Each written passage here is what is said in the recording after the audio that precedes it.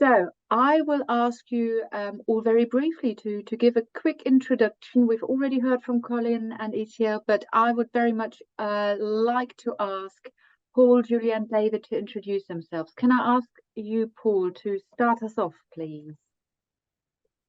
Hi everyone, so I'm Paul, and for as long as I can remember, I've been fascinated with how human beings behave in a workplace. And for the last 6 years, I've specialised in supporting leaders and teams and managers within the NHS. I've increased some of that self-awareness. Thank you, Paul. Julia, would you mind just telling us a little bit about yourself? Yes, hi Tilia, thank you. So I'm a qualified social worker, teaching part-time at Bournemouth University, and I have a specialist area of interest in the climate crisis, climate justice, and in particular how staff, service users can get benefit from nature and how that then impacts in terms of people's, well, not only their well-being, but how that can make people more aware around the climate crisis. Thank you, Julia, and welcome. And Thank David, over to you for an introduction.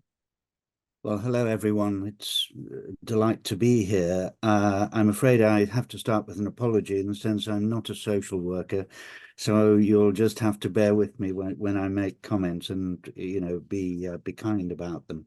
I chair the Royal College of Physicians, Dementia UK, Health Watch England, and I'm a ministerial advisor to the Department of Health and Social Care. And a few years ago, about 10 years ago, in fact, I wrote a review of social work education. Thank you, David. Now, to all of our delegates to the conference, I would just like to acknowledge that all of our panelists are coming from a variety of different backgrounds, and we will all have a different view on the topics that we're going to discuss over the next 30 minutes or so. And I would encourage everyone to take this opportunity to create that space for reflection and maybe be challenged and a little bit pushed out of our comfort zone and hear and see the point of view of other people, to have this richness of conversation and dialogue. And yes, appreciating our different viewpoints. So my job in this panel discussion is to moderate, which is also known as herding cats. Now, for everyone who knows me, I'm very good at herding cats. So I will try my very best and keep the conversation flowing and go through our panel to hear your different stories, your different views on 4 different topics. And I would like to start us off with the question of, what does it mean to belong or fit into an organization or profession? And I'd really be interested to hear from you, Paul, to start us off with that.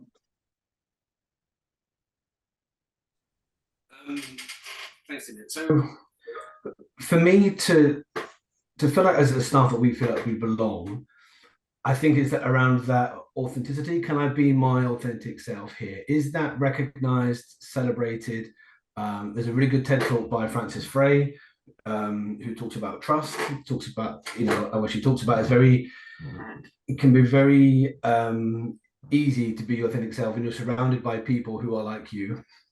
It's much more difficult to be your authentic self when perhaps that's not the case. And how do we as leaders and managers create, promote, cultivate those types of cultures where people are able to be their authentic selves? I think that's also I think that's key.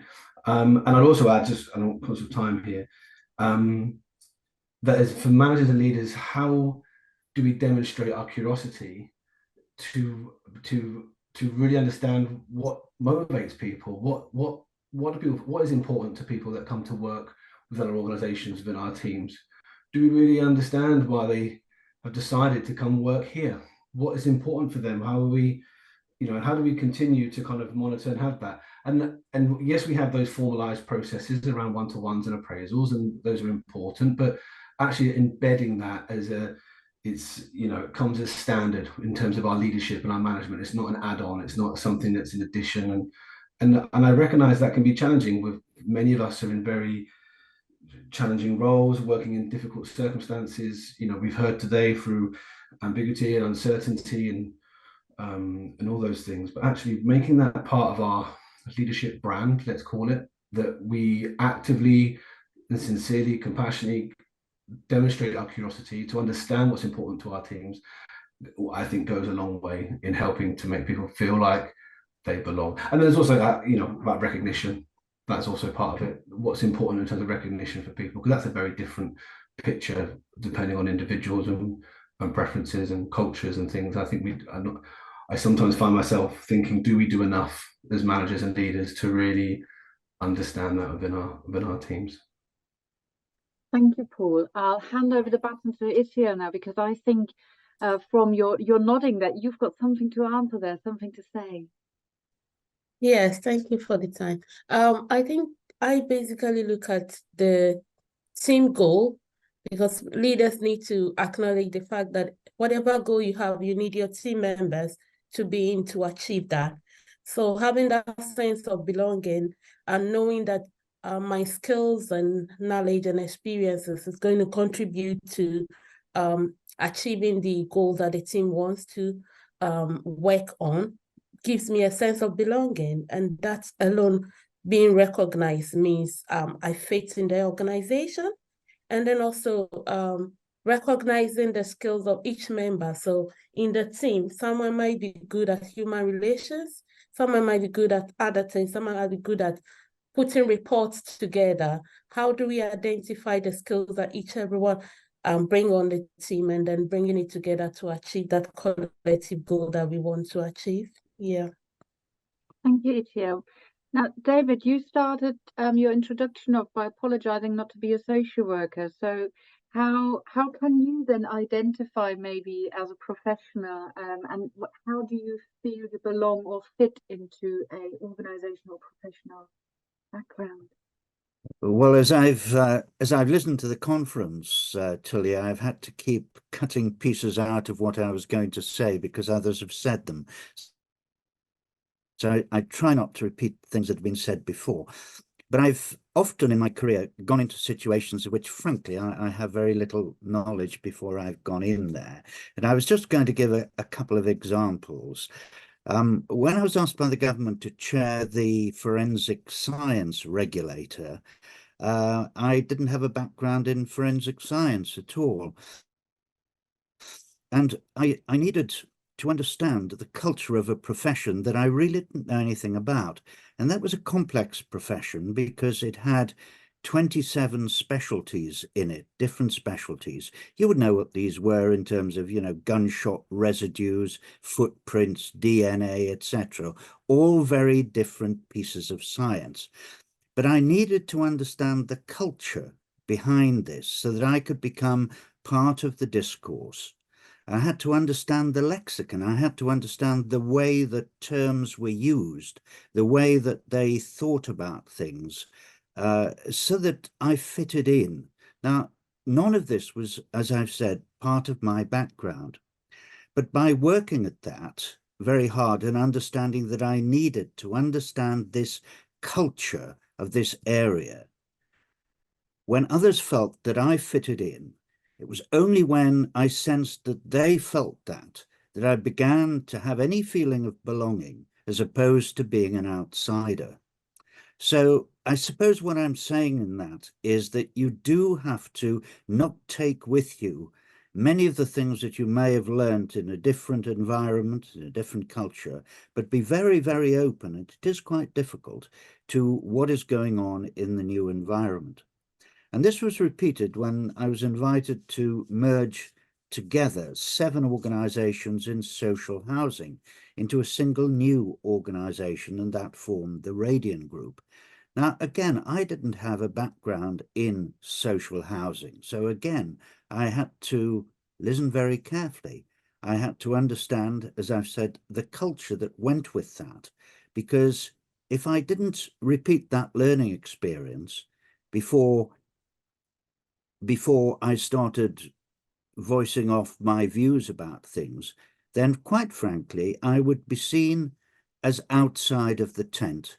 And the important thing is, by understanding the culture, by understanding the discourse and understanding the lexicon, you can move inside the tent. And it's not until you do that that you have any genuine feel in my experience, of actually belonging. Thank you, David, for sharing. Now, Julia, I've just seen you nodding frantically there, so I guess you probably could answer to what David has just said and share your own views there. Yeah, I think I'm kind of reflecting on both what David and Paul said, and think there's a real balance between looking at the needs of the service and the culture of the service and actually looking at individuals. And I think just reflecting on my own journey since COVID and going, working at home, I think I'd really struggle now going back into the office full time because of my own sort of neurodiverse needs. And I think, like Ithiel said, it's looking at individual strengths. My strength isn't sitting in the office, it's sitting at home, and I'm a lot more productive. Or even, as you know, Tilia, I've done conferences and meetings out in the forest in my camper that's set up for me to work. And actually, I'm far more productive like that. So it's accepting, like Paul said, being my authentic self, and the team and the culture accepting that to mean that I'm as productive as I can be for the team. Thank you, Julia. And over to Colin now, because you've gone through a lot of changes with your professional background. You've observed them in your studies. So what can you tell us about what does it mean to belong or fit into an organisation, scope profession? I think firstly, from a military background, there is a slight advantage in fitting into teams. You are visible by uniform, you're visible by rank, you're visible by unit. Therefore, you almost have that esprit de corps straight out of training. So you are part of a family pretty much from the day you join the services. The challenge, I suppose, and it's coming back to some of the things that David says, is that in my 40-odd years career in the military, I have moved jobs every 18 months to 2 years. I have never done the same job twice. Therefore, you have to be flexible, you have to be adaptable. The advantage you've got is that your team tend to be highly motivated. Everyone is singing off the same hymn sheet.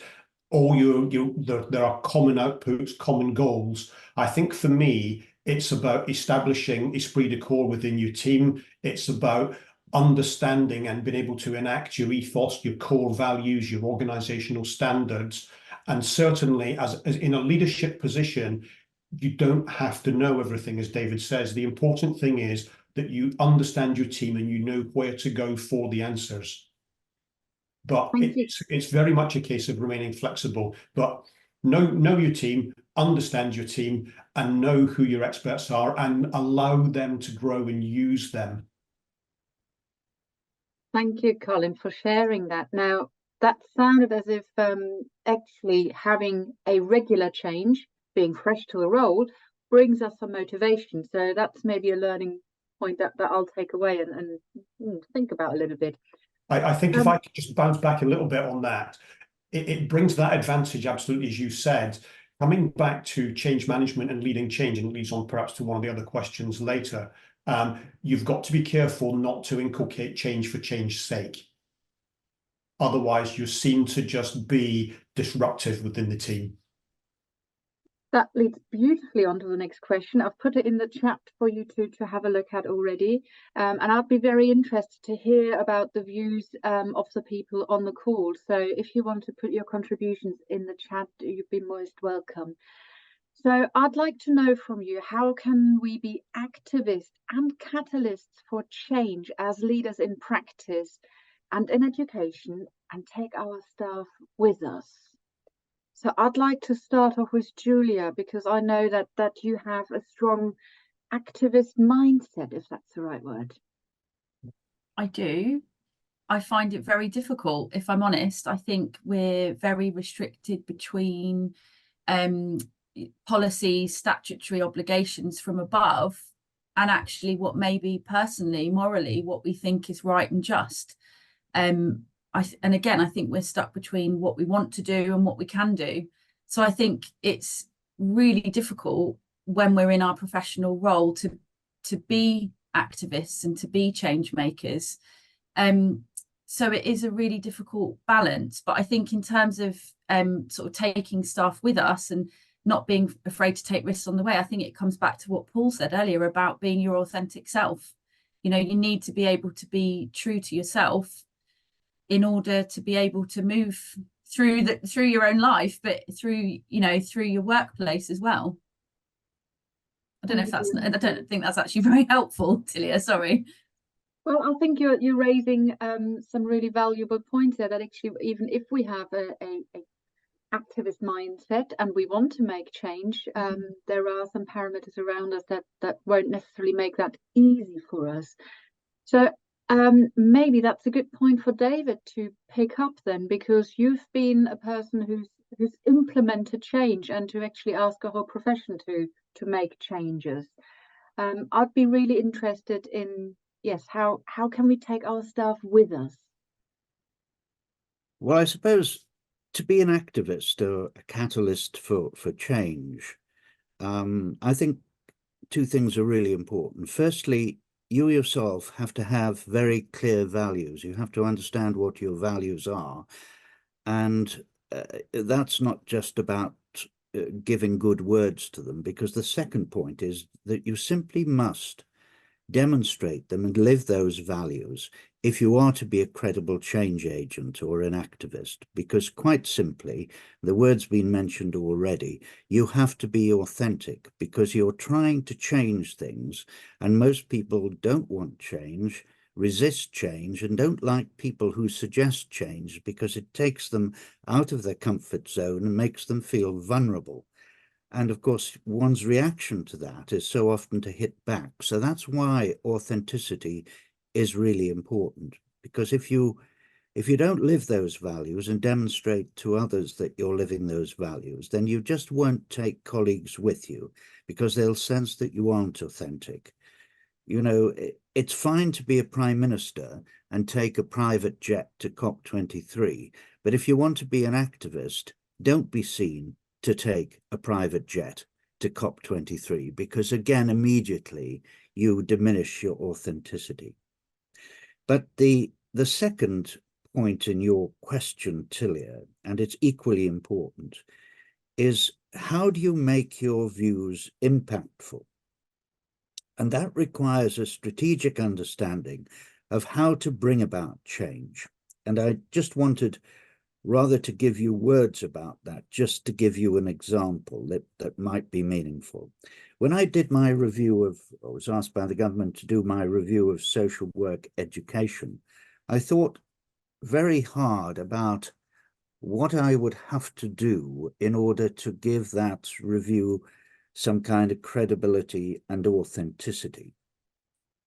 And what I did was to seek evidence from around the world, not every country, but certainly many countries.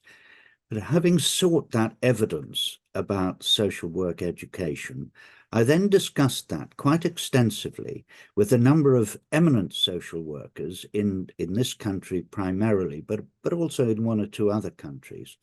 And the reason that I did that was that I needed to understand how I would form practical recommendations so that when my review was published, I could assume that there would be support given by the profession, because I had engaged the profession in discussing with them my findings and them working with me on what the recommendations would be. So that I thought was important, because when it was published, it caused the government to notice it because of the response to it, and they accepted my recommendations because of that. Now, if I hadn't done that, if I'd simply gone out and researched it and, you know, produced David's idea of what the recommendations would be, I don't think the government would have accepted that, because some of those recommendations were very uncomfortable for the government. And I'm sure they'd have said things like, well, after all, you must remember David's not a social worker, so I don't know what credibility we give his recommendations. So it was thinking through how one's recommendations would be given this kind of authenticity, and thereby to in fact be a change agent. But I'm not going to dwell on that, but I am going to leave you with a question, because there are potential penalties for being an activist, and I know what those are. And if anyone wants to ask me later, we can discuss those. But, you know, don't embark upon it too lightly, because it's not a very comfortable place to be in. It's very rewarding at times when you make, the changes that we so often want to make, but it can be a very uncomfortable journey. Thank you, David, for sharing that. Now, I'm going to take that forward and pass the baton over to Ithiel. Now, you've made a journey, and you have been an activist. You have made changes in your service. So, can you tell us your view? Thank you. I also think that depending on the change we want to implement, there is the need to acknowledge that the change could impact positively or negatively. So you need to acknowledge that it could go either way, although we are all expecting the positive side of it. And there is the need to involve every member of the team to hear their views, do extensive consultation to know how it might affect people, and take people's view on how those changes can safely be implemented so that everyone will kind of benefit from it. Sometimes some of the changes, when they are coming, they may not look to, should be there to support them, to give it a try and make a go at it. I know our team recently had to implement some changes in the way we support our international nurses, because we realized they were not having much support on the ward. And everyone was quite anxious about how it's going to do, how we're going to go with it. But as you start the changes, there is a need to do regular check-ins to acknowledge what is going well, what's not going, and how effectively we can go along with that change. So I think if we bring everyone on board and we are committed to it and ready to hear people out and not just dump the change on them that this is what you have to do it. We know that we are working with humans and we must be compassionate about how we go about the implementation. I believe sometimes it helps us be the good activists and ensure everyone gets along with it. Thank you, Ithiel. Paul, can I ask about your views? Yeah, I suppose just kind of adding to what's been said, and I know I touched it in my previous answer, but I think it still rings true around trust. How as a leader, what am I doing to ensure that the level of trust in the team is where it needs to be, the trust in the logic and the rigor around why we're doing this change? What's the data telling us? Why are we doing this? Says who? Because as Colin, as you referred to, we don't want to fall into that trap of we're just rearranging the deck chairs and actually we're not seeing any improvement. So there's that bit. And also that do people trust the motives?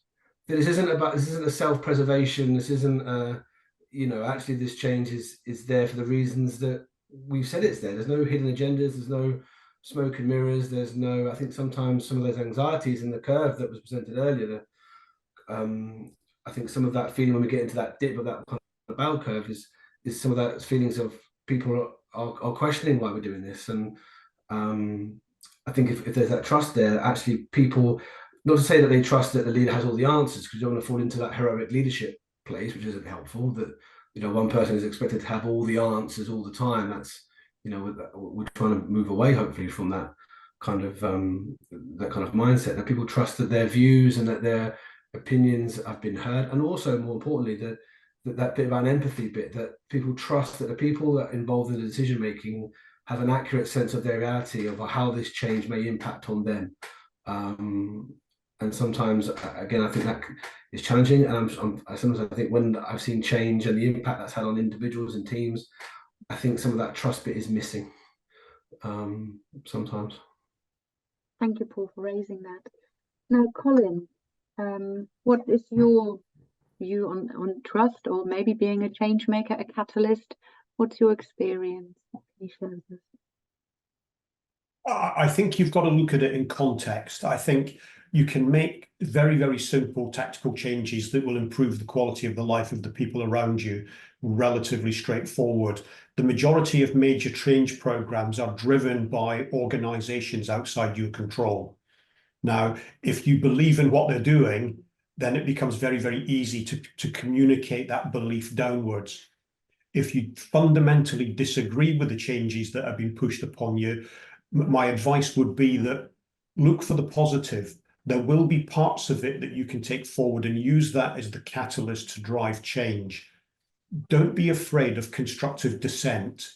However, once you have had that discussion, it's a leadership responsibility to take ownership.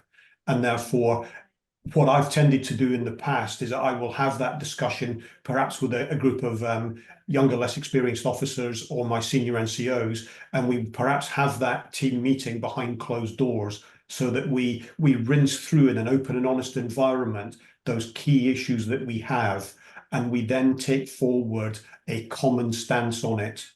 Whether you agree with the program or not, you will always find positives within that you can, I wouldn't use the term sell, but you can use as your core driver. And then it's having that resilience, physical, mental, and spiritual, to drive that program forward.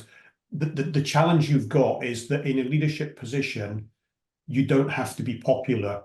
You're there to get a job done. If you can be both, that's wonderful. But you're being paid for a specific role and a specific function within the organization.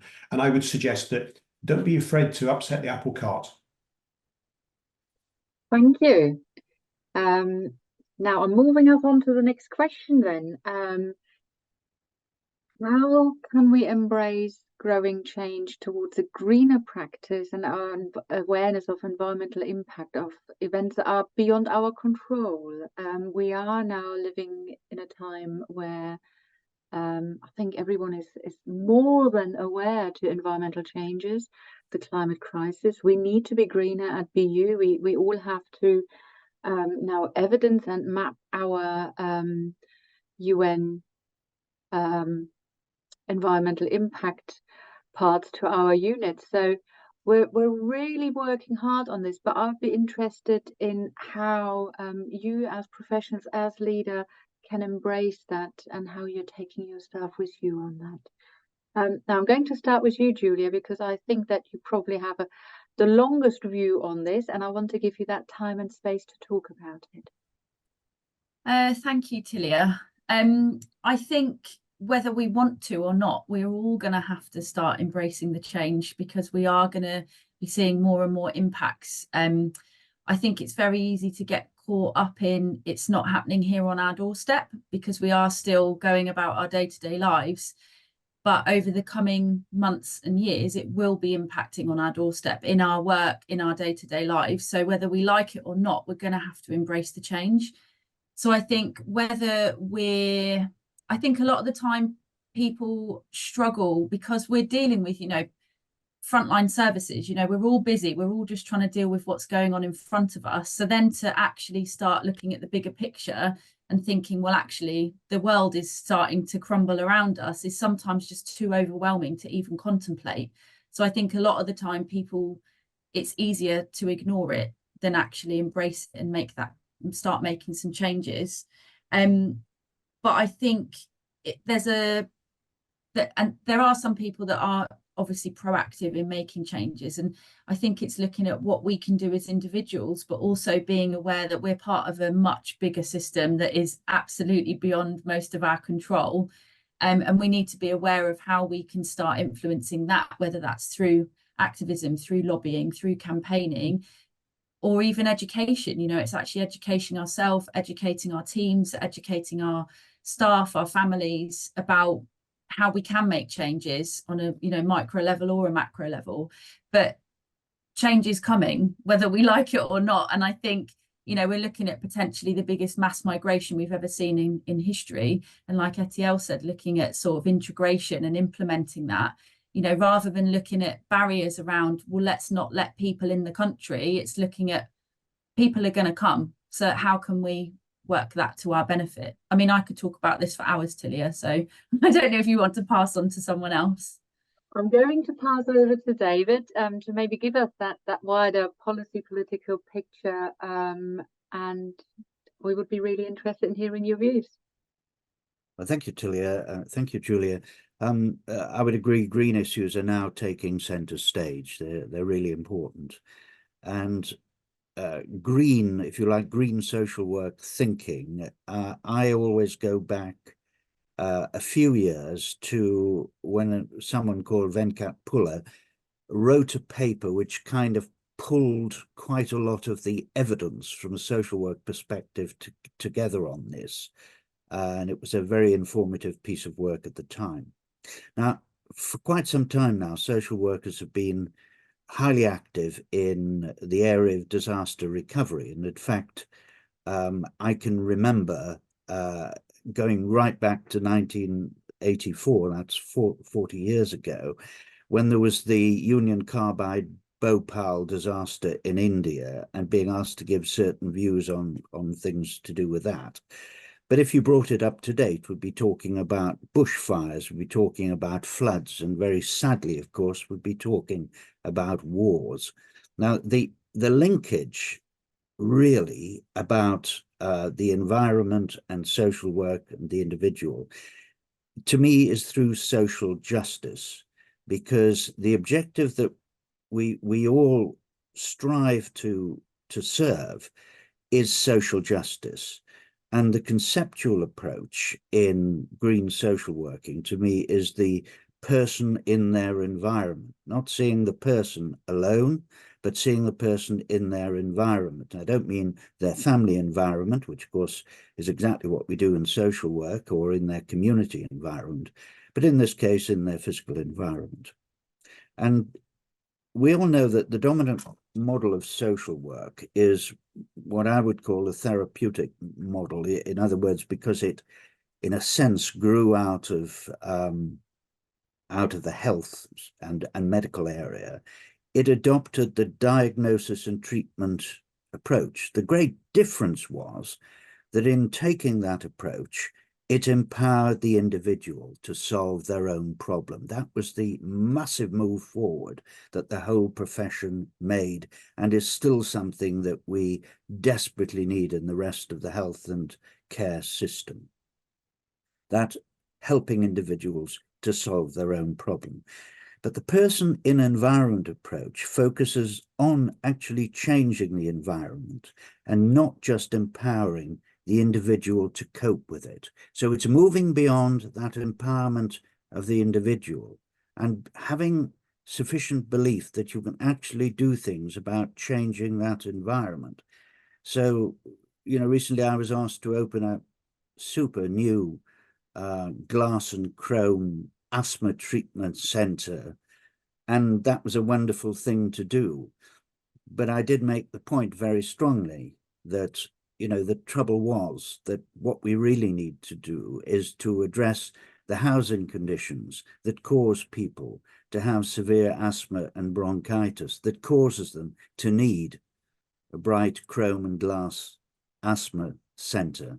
That's what we need to do. And there's a degree of which that's an example of what I call person in the environment social work. Thank you for sharing that, David. And I can see that all of our panel members are nodding away. So I'm just going to pick on Ithiel now to take this forward. How do you feel we can embrace greener practice in the widest sense? And how can we have an awareness of the environmental impact beyond our control? Thank you, Tilia. I don't know whether it's just me, but I think a lot of us have the mindset that someone else has to do it. Someone has to start practicing it. Someone else needs to do something, forgetting that the little changes ourselves we are doing is what is going to make the impact. And the fact that whether we are committed to doing it or not, it will have an impact on us someday, wherever we find ourselves. So, like I said in my last slide, the second best time for us to make a change is now, is recognizing that as individuals, if we've not been doing it, if we've not started it, the time is now for us to start making those little changes, acknowledging that our activities and behaviors are going to affect the environment we find ourselves. And it's best we start taking actions now, because it will impact on everything, including our health and the health of the future generations that we are looking at. So there's a need for us to start taking action now. Thank you. Thank you, Ithiel. I think I'm just going to be skipping Paul and Colin on this question, because Ithiel, you've just told us that we need to take action now. I don't think that anyone can top that. But what I would really like to finish off this panel conversation with is with one sentence each, and I would very much invite everyone on the call to put their reflection in the chat. I'd like to know from you what gives you personally resilience and strength to keep going on your professional and personal journey. And I'm going to start with Paul. Thanks, Tia. I suppose in terms of us, I was thinking this in terms of us as individuals or us as employees. What's your focus here today? I'd like to know from you personally what gives you resilience. How do you keep going? Yeah, I think people and recognizing what energizes. So on the personal, it's the kind of your networks around family and friends and professional. And by the way, as Nadine, I think that ability to the earlier question around belonging, our skills and how we create networks and cultivate networks around us as a support mechanism is so important. And I think there's so much that we do when maybe we don't realize that we're doing it, because that can be so helpful in supporting our resilience. And I suppose in that more professional bit is about that peer network, that peer support, about, okay, is what I'm doing linked to purpose, what I think is important, and is that aligned? And the minute that there starts to be kind of cracks in, is what I'm doing aligned to my purpose, that things, I think that things can get really tricky really quickly. Thank you, Paul. Colin, what gives you resilience? What keeps you going?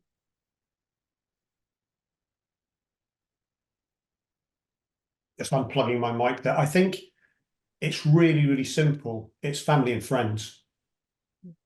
I think organizationally, it's esprit de corps within the organization with a set of common goals.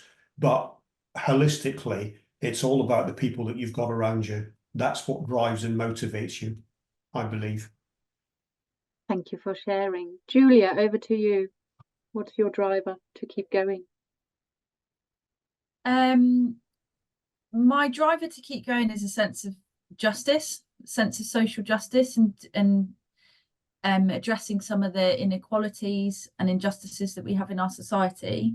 But in terms of sort of personal strength and resilience, I think it's that the age-old phrase of, if the plane's going down, you put on your own oxygen mask first. And for me, it's really about looking after my mental health and well-being, making sure I'm doing all the things that keep me well. And that's around, eating well, exercise, connecting with nature, wild swimming, all the things that keep me well, which then enables me to keep going and provide support to other people. But I need to look after myself first. Thank you, Julia. Ithiel, can I hand over to you? Yes, thank you. Just like Julia said, I see myself as a tree that has so many branches. I like supporting people, helping people out. But before that tree can give the shade and support to everyone, it needs to be nourished. So I'm the most important person in that cycle, and I need to take care of myself so that I'll be able to help others, and that keeps me going here. Thank you for sharing. Can I just say that's a beautiful analogy? Thank you. Yeah. We might nick that from you. David, what gives you resilience and strength?